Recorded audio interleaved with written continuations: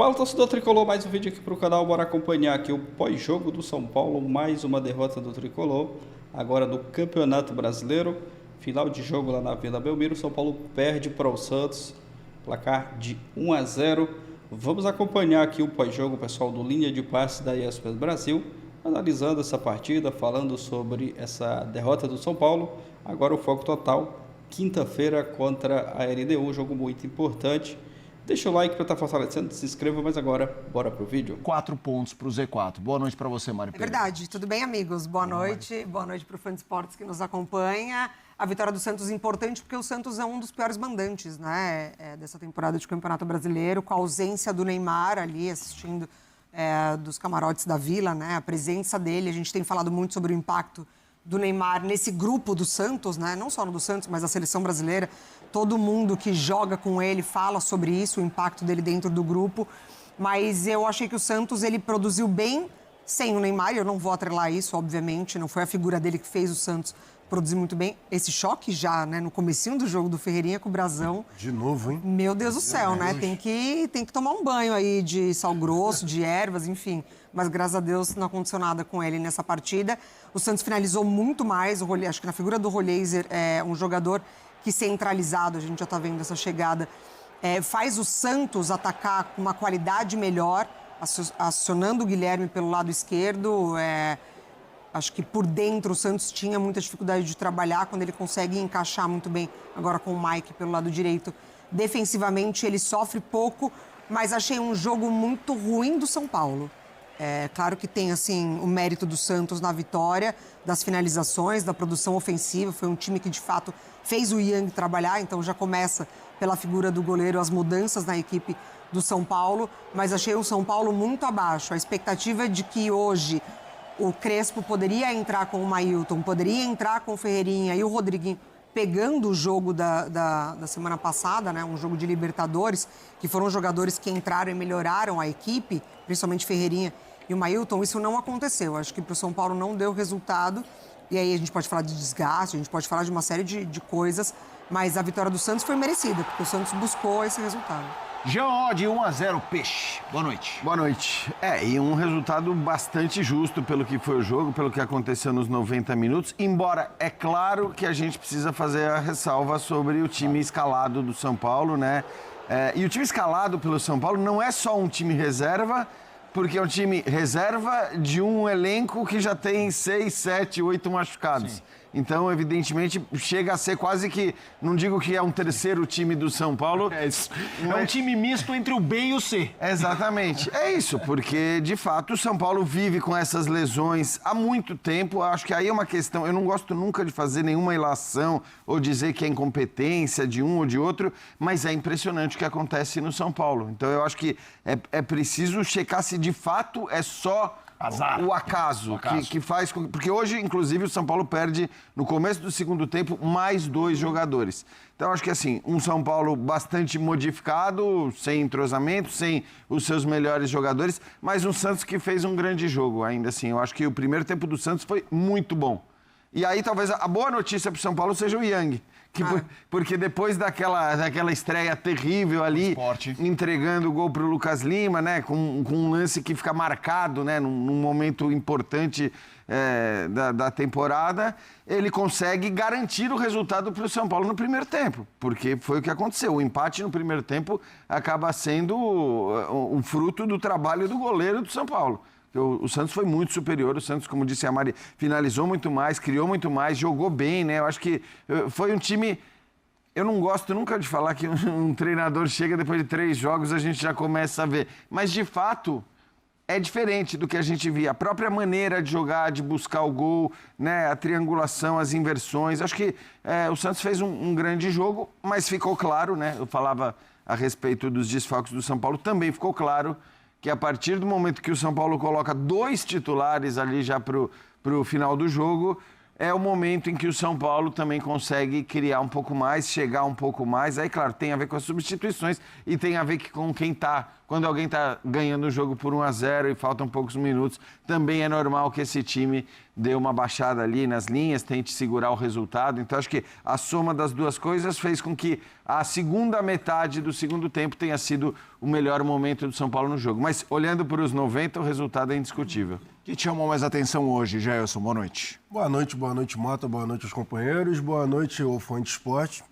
Então, eu penso que o jogo de hoje era pro Santos. O jogo do São Paulo é a próxima quinta-feira contra a LDU.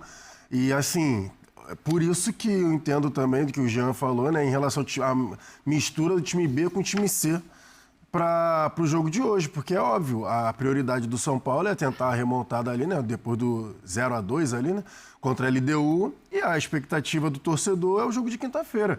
Hoje era importantíssimo pro Santos. A vitória e se consolidou, né, realmente concretizou com esse 1-0, mas a nota ruim pro São Paulo, ao meu ver, porque assim, tem a expectativa de um jogo ofensivo contra a LDU. O Mailton erra, né, no gol do Guilherme, antecipação muito fácil que o Guilherme conseguiu ali fazer, enganando tranquilamente o ala pelo lado direito do São Paulo. Enfim, ele só fingiu que era nas costas do Mailton, o Mailton deu uma dormida, o Guilherme foi na frente dele e conseguiu completar. E as lesões, né? O Luan não, porque o Luan não está sendo tão utilizado, a ver como vai ser a questão do Ferreirinha.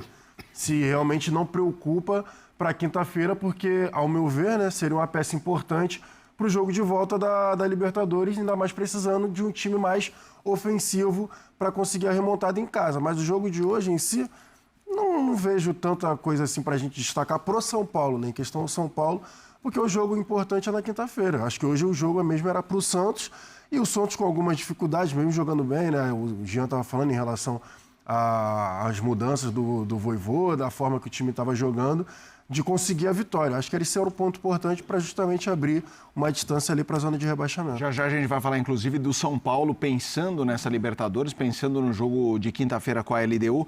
Marra e depois companheiros também jogando essa pergunta para todo mundo. Óbvio que era um São Paulo mexido e que isso não pode ser desconsiderado na avaliação do que fez o Santos. Mas, pegando aí o gancho do que disse o Jean, de pequenas lapidações que o Vojvoda já faz, o que você olha no Santos de São Paulo, me parece que o jogo de hoje, na realidade, tricolor, é pouco representativo para um longo debate, mas, obviamente, quinta-feira não tem o grito de quarta-feira, é na quinta. E as informações são de que o São Paulo vai ter gente saindo, no Morumbi vai ter gente saindo pelo ladrão, a gente sabe como é o Morumbi numa noite de Libertadores. Sim. Dá para reverter? Acho que muito pelo que mostrou no segundo tempo, né? Contra a LDU. Eu acho que ali fica o recorte, o retrato ali na fotografia do que deve ser minimamente feito nesse jogo da volta. O segundo tempo de São Paulo foi muito bom. O gol sai no melhor momento do São Paulo também, né? O Crespo falou isso durante muitas... Ele repetiu isso muito na coletiva dele sobre as falhas, né, individuais, defensivas, que acabaram comprometendo o jogo. O resultado é um resultado duro, porque assim, a LDU vai saber jogar com esses 2-0. Isso quer dizer que o São Paulo não vai ter vida fácil, não será caminhos abertos ali, né? Assim, construa o seu resultado. Não. Vai ser um jogo de inteligência para o São Paulo. Mas pelo segundo tempo, e aí, claro... Ferreirinha está à disposição, você ainda precisa ter ali argumentos para mudar a partida, né? Se você entrou com seus 11 e não conseguiu. Mas eu acho que pelo retrato do segundo tempo, sim. E aí, já? Eu também, mas assim, não consigo nem... Vou te ser sincero, acho que a gente falou, você estava aqui, inclusive, que eu falava que para mim talvez o 1-0 para a LDU fosse o resultado que deixaria a classificação mais aberta, quer dizer, mais meio a meio, 1-0 lá. Porque eu vou falar, o São Paulo é bastante favorito para ganhar o jogo aqui. Eu não sei se eu até não mudei de opinião diante do que eu vi da LDU ali. Porque vamos falar a verdade, né?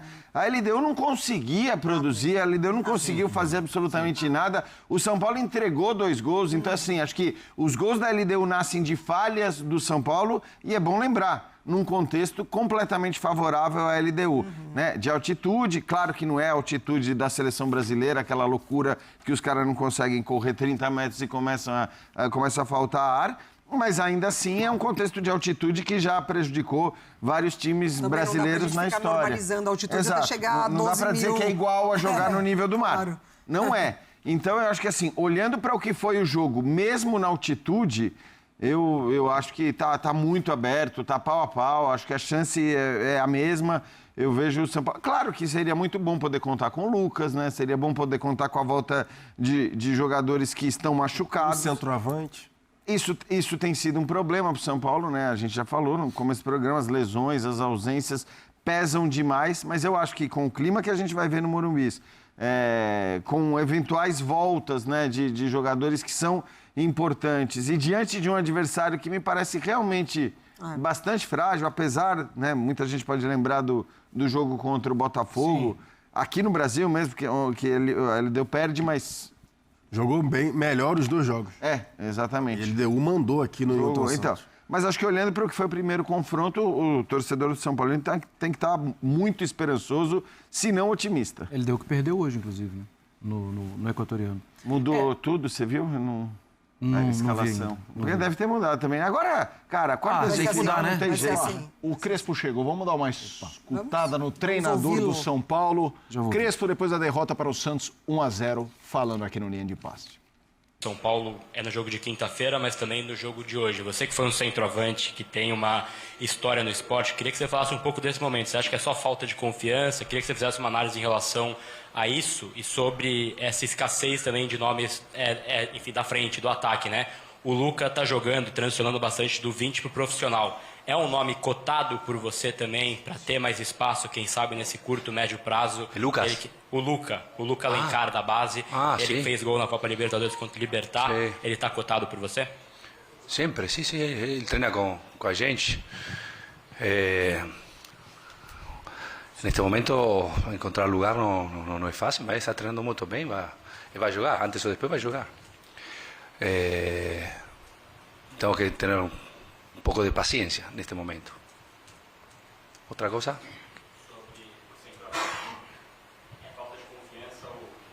No, a gente tenta llegar, de asociar para llegar. En este momento no, últimos 2 jogos, entre los últimos 3 días, no aconteció más. A gente llegó con ocasiones en liga. Hoy fue un juego fechado, muy fechado, difícil. Un pequeño detalle a favor de ellos podría tranquilamente ter la gente y ganar. Mas acho que era un juego de empate, mas eles com luta, com vontade, levaram o jogo para a sua parte. Hernan, boa noite. Quando você muda 11 jogadores de um jogo para o outro, você muda pelo que aconteceu de desgaste no jogo anterior ou você muda olhando para frente no jogo que está por vir? Um pouco todo. Eu falei com os jogadores que a gente tem um grupo importante que tem que confiar. E como a gente confiou na vitória com Botafogo antes do jogo com Liga, confia outra vez neles para outra oportunidade. Talvez pode fazer um grande jogo, talvez não tanto, mas tem que confiar e dar confiança. Essa é a ideia. Depois vamos a ver. Alguns tinham que jogar um pouco mais, porque não tem sequência, mas ainda não. A gente não escolheu a escalação para a quinta. Então, a ideia é jogar bem contra o Santos, um jogo difícil. A gente se apresentou bem. Talvez não foi assim preciso como as últimas vezes em volume do jogo, no posse de bola, mas está jogando com um time que está lutando para a zona de rebaixamento, que treina todos os dias para este tipo de jogo. A gente se apresentou bem.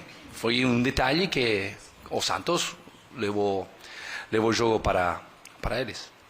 Hernan, boa noite. Você acabou de falar que faltou um pouco de volume de jogo e o São Paulo sempre tem como característica tocar bastante a bola, muitos passes rápidos, e hoje o time teve dificuldade nisso. Aqui você atribui muitas vezes uma decisão errada de tomada dos jogadores? Não, nesse caso, cumprimentar com o Santos. O Santos jogou muito bem, fechou todas as linhas de passe com muita agressividade, porque tem que pensar que eles estão lutando para não cair, então, e se preparam cada dia para esse jogo. Então, acho que eles fizeram muito bem, a gente tentou de jogar, não encontrou o jogo que precisa para ganhar este tipo de jogos. Jogo fechado, talvez um pouco chato também, mas acabou. Hernan, boa noite. Ouvimos o técnico do São Paulo, Hernan Crespo, já o Vojvoda. Teve uma pergunta que achei interessante, assim, quando você mescla o time, você está pensando...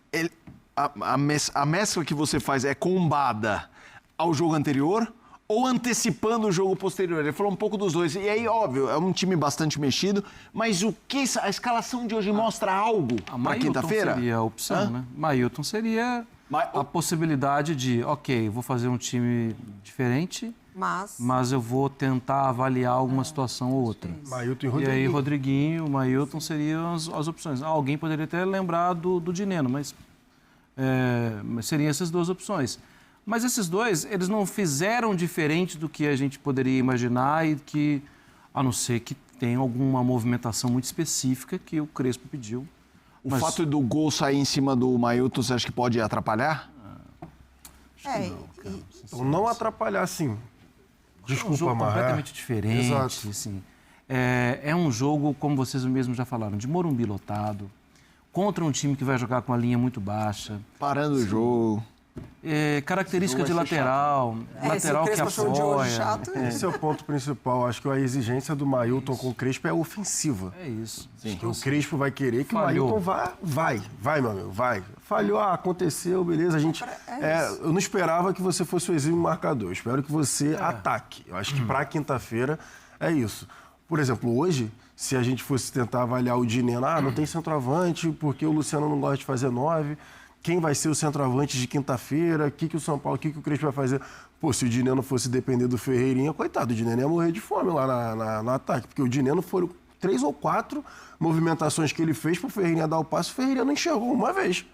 E aí, assim, você também não tem como exigir que o Ferreirinha seja o cara que vai dar espaço para o Dineno. Na verdade, o Ferreirinha foi, nos momentos em que o São Paulo tentou atacar, ele foi o homem de referência. Ele foi a referência, né? Porque o São Paulo só tentou jogar, que não é muito a pegada do Crespo, mas só tentou jogar com essa bola longa. O que o São Paulo tentou fazer hoje, evidentemente, ele não vai poder fazer contra a LDU, porque a LDU não vai dar esse... Se ela passar do meio-campo, né, pelo menos no começo do jogo, a gente já vai ficar muito surpreso. Então, é um jogo completamente diferente do de hoje, né? E também por isso eu acho difícil a gente conseguir balizar em relação ao que os caras fizeram hoje, quem pode ganhar espaço ou perder espaço. O Mailton era uma opção óbvia e lógica, uma possibilidade óbvia, por conta das características dele e das características do Cédric também, né? Quer dizer, que são completamente opostas. Tem a informação de que o Cédric também ainda não está 100%, né? Com a virose, enfim. Aí a gente vai precisar acompanhar. Então foi até um risco, né? Exatamente. Perdeu o Mailton. Exatamente. Então, assim, eu acho que o jogo de hoje não define absolutamente nada, assim. Não vejo que o Mailton caiu ali na cotação do Crespo por conta do jogo de hoje. Vamos ouvir agora o É isso, torcedor tricolor, pessoal aí do Linha de Passe da ESPN Brasil, falando sobre essa derrota, uma partida bem abaixo do São Paulo, né? O Crespo hoje poupando jogadores, já pensando nessa decisão contra a LDU na próxima quinta-feira, e hoje poupando muitos jogadores, mas foi uma partida bem abaixo. Eu esperava um pouco mais dessa partida de hoje, né? O São Paulo bem abaixo, o torcedor não gostou nada do que viu hoje, e tem razão, né, de criticar. Acredito que uma das piores partidas sobre o comando do Crespo, né? Essa segunda passagem dele, uma das piores partidas do São Paulo hoje. Foi um jogo bem abaixo mesmo, praticamente nada ali para se aproveitar de bom nessa partida de hoje, né? Um jogo muito mal mesmo do time do São Paulo, tanto é que acabou saindo derrotado, placar de 1-0. Aqui as notas do GE para os jogadores dessa partida de hoje, nota do público: o Ian, que foi titular hoje, 5.5, Rafael Tolói, 5.0, Felipe De Groot 5.5, Sabino 6.5, Mailton 5.0, Alisson 4.3, Luan 5.0, foi o capitão, né, no jogo de hoje, jogou simples, saiu no segundo tempo, né?